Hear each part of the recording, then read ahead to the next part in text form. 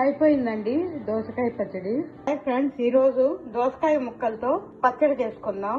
400 గ్రాముల దోసకాయ ముక్కలండి. కడాయి పెట్టుకొని 10 ఎండుమిర్చిని 2గా గిల్లి వేసేసుకోవాలి. ధనియాలు 2 స్పూన్లు, ఆవాలు 1 స్పూను, జీలకర్ర 1 స్పూను, చిటికెడు మెంతులు వేసి కొద్దిగా ఆయిల్ వేసి వేయించేసుకోవాలి. ఇవి వేగిపోయాయి. మిర్చి చల్లారిపోయింది. జార్లో వేసేసుకొని సాల్ట్ వేసి పౌడర్ వేసేసుకోవాలి. ఈ కారం పొడిలో దోసకాయ ముక్కలు వేసేసుకోవాలి. కొద్దిగా పసుపు పొడి, ఇంగు పొడి వేసుకోవాలి. 25 గ్రాముల చింతపండుని నానబెట్టి వేసేసుకోవాలి. కచ్చా పచ్చాగా మిక్సీ వేసేసుకోవాలి.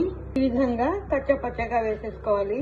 2 ఉల్లిపాయలు తరిగి వేసేసుకోవాలి. దీన్ని కచ్చా పచ్చాగా మిక్సీ వేసుకోవాలి. విధంగా వేసేసుకొని అంతా కలిపేసుకోవాలి. పోపు పెట్టేసుకోవాలి. పోపు గింజలు, కొద్దిగా శనగబెడలు ఇప్పుడు పచ్చడి వేసేసుకోవాలి. కొంచెంసేపు వేయించేసుకోవాలి. అయిపోయిందండి.